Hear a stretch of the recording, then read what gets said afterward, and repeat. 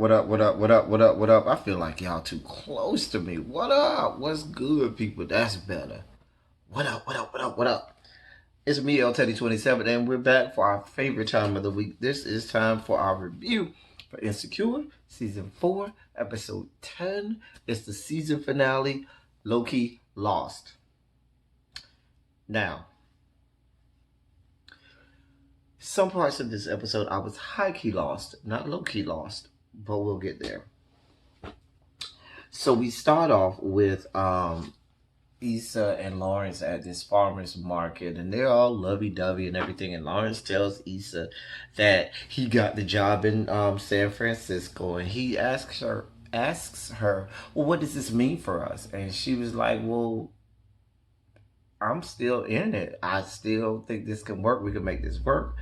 And so she was like, it's only a 45-minute flight. Now, I think that's very unrealistic. I mean, let's just be honest. Real grown people know long distance relationships just really don't work. Let's just be honest.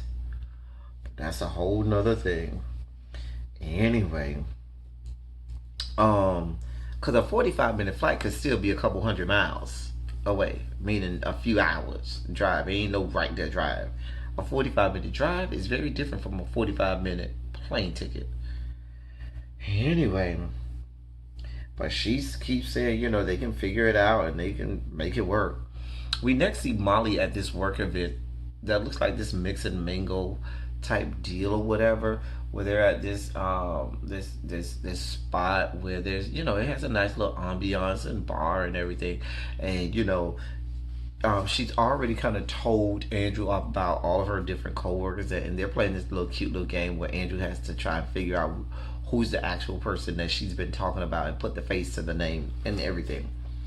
Anyway, I wrote down in my notes, y'all, exactly what we learned later, because Andrew was one of the guys from her job was like, oh, we're going to such and such spot after this, you should come.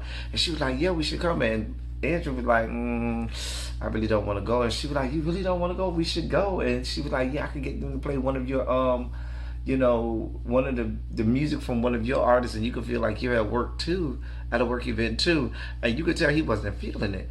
And I wrote down in my notes, Molly, what did I write down? Molly is still dictating everything, and that's been so prevalent. That's over all of their relationships so far. Everything has to be controlled and dictated by her.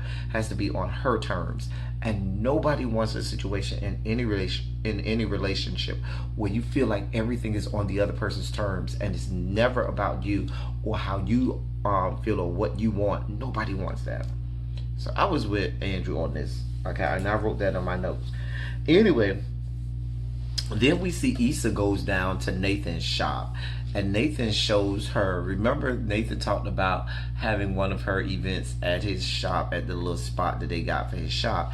And so he shows her the spot, and it's real like rundown and everything. He be like, you gotta open your mind, because it can turn into something big and good, and perhaps you can use it. And she's looking around and everything. But anyway, the part that we need to come from this is he apologized for what he said about Lawrence, and realized that he was wrong, that he was dead ass wrong for what he was saying.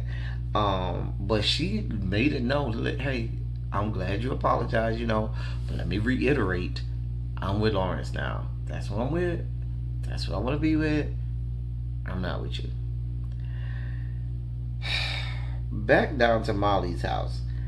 Andrew then starts to talk to her and let it be known, listen, this is not working out for me no more.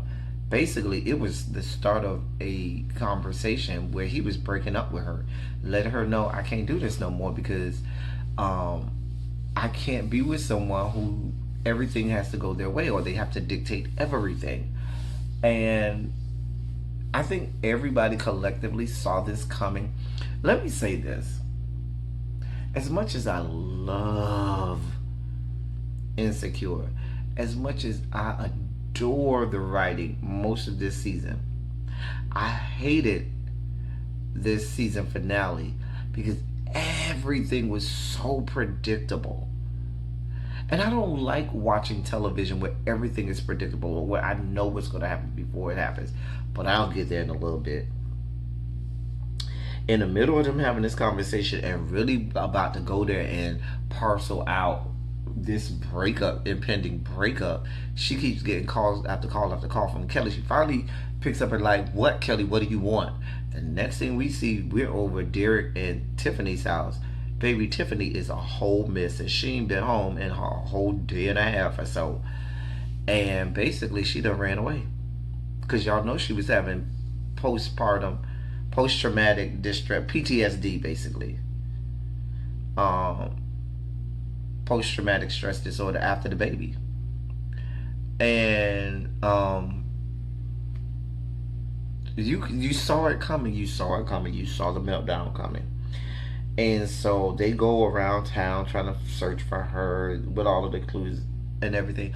I kept asking myself, okay, Kelly called Issa and Molly. Where the fuck was Chad and Lawrence? Because if Derek is in this pickle, wouldn't the first, I mean, yes, you do call Tiffany's friends because you know they probably can figure out a way to, find her and things like that. But you also, I probably would have called my friends too to kind of help give me another set of arms, ears, legs, thoughts, or brains, or whatever. I kept thinking, where was Chad and Lawrence? Because those are your road dogs. And if you got this traumatic of an event, you want your ride or die is there to help you through this situation.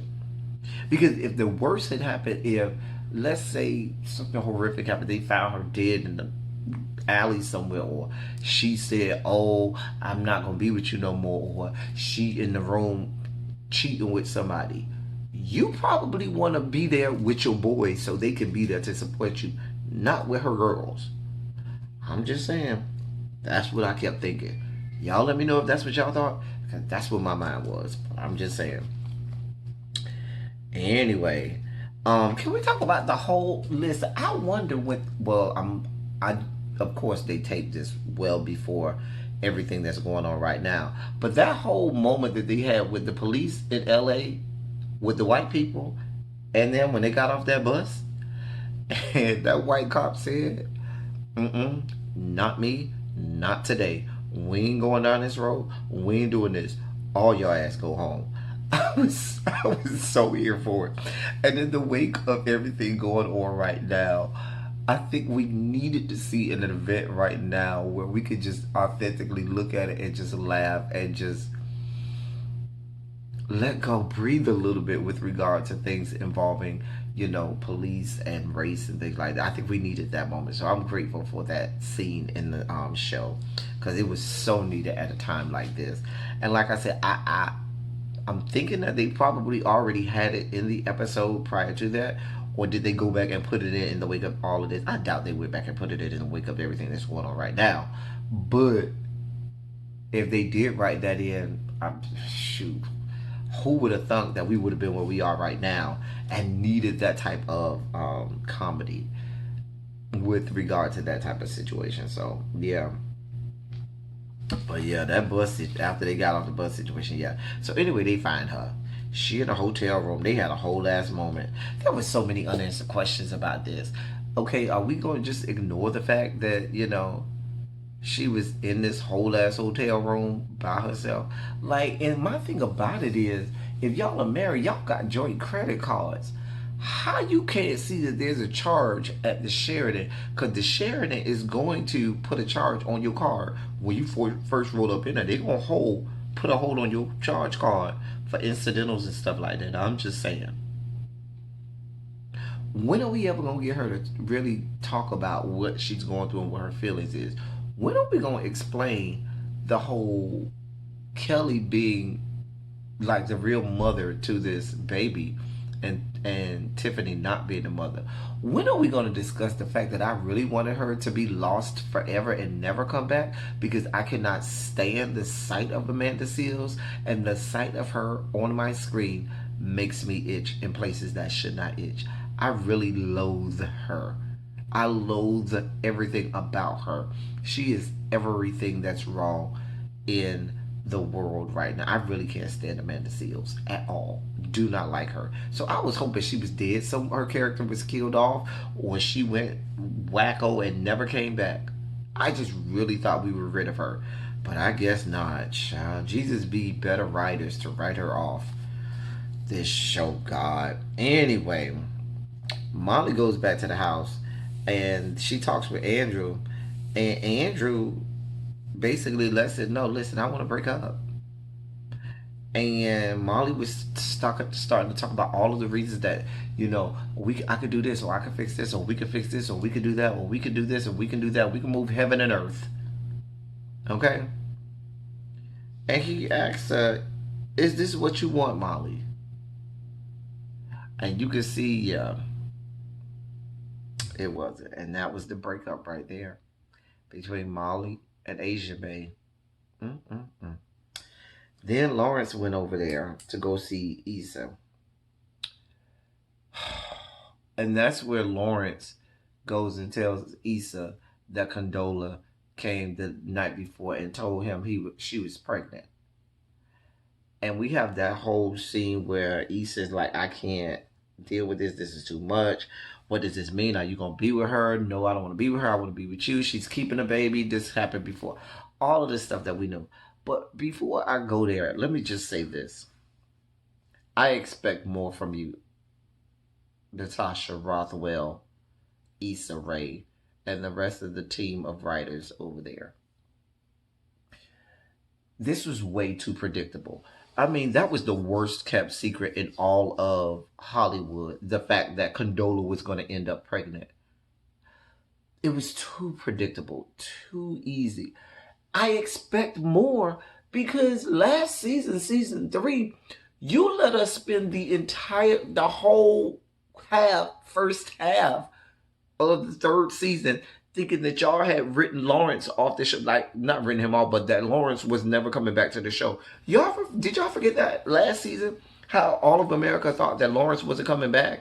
And y'all did interviews talking about how Lawrence wasn't going to be back and it was going to be okay. And they needed to highlight Issa without Lawrence and how her life was going to move forward without Lawrence. And then ceremoniously, after we thought he wasn't going to never be back, in the middle of the season, he magically appeared. And we all was like, what? Remember that? Remember that surprise we had? Why was this not one of those moments? Why was this so predictable?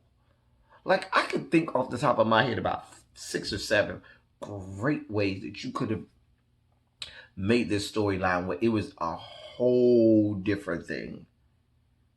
A whole different thing. I'm just saying. It fell flat for me. I was so disappointed because it was the worst kept secret. Worst kept secret ever.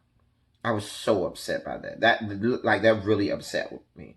That everybody called it.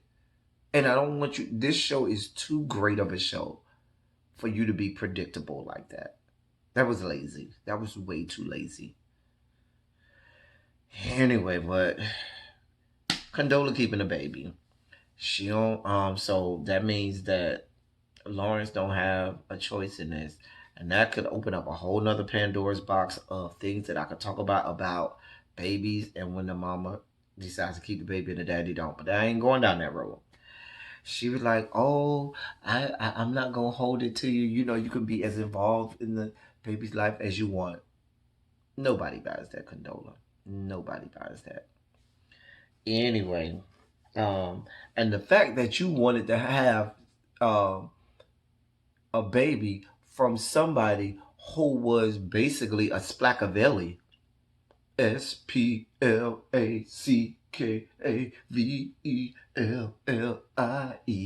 Splackavelli, baby, baby. You know Splackavelli. Every woman needs that one Splackavelli, a brother she can call when her man ain't doing her right. She can work it all night until the morning light. Lawrence was your Splackavelli. He was a side piece. Lawrence was a fuck buddy. And you are more comfortable with having sex with a fuck buddy than you were with your husband? Girl, buy it. I don't buy it. I don't buy it. But child, whatever. So at the end of the episode, so now Issa's life is thrown in disarray. Molly's life is thrown in disarray. And what do we see at the end of the episode? Molly done called Issa.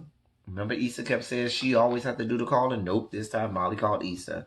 And we see Issa come in to have dinner and a sit down talk with Molly at the Ethiopian restaurant. That same Ethiopian restaurant. Which kind of says that their whole relationship is built on their lives being fucked up. The catalyst and the glue in jail that keeps their relationship together is the fuckery and fucktitude of their lives. The fact that their lives are fucked up. And anytime their lives seem to be put together, they can't coexist. But when their lives are all fucked up, they're like this. Which, I don't know if that's a good thing or a bad thing, because when your life is fucked up, you do need a good friend. But you also want to have a friend that you can be friends with even when your life is going great. I don't know. I don't know, y'all. I have so many questions. I'm looking forward to season 5. I hope y'all have enjoyed. That was the whole episode. I hope y'all have enjoyed my reviews for this show this season. I have thoroughly enjoyed this season, with the exception of this episode in part. But I hope you all have enjoyed my commentary on what I've had to say. Y'all let me know what y'all think about my commentary and the things that I had to say about this episode, because it means a lot to know what you all think about what I had to say. If you agree, disagree, or anything in between, because I'm here for disagreements as well as agreements. Okay, just be respectful. That's all. Until my next review, that's all I got for y'all. Thank y'all for coming. Y'all drive safely. I'm out.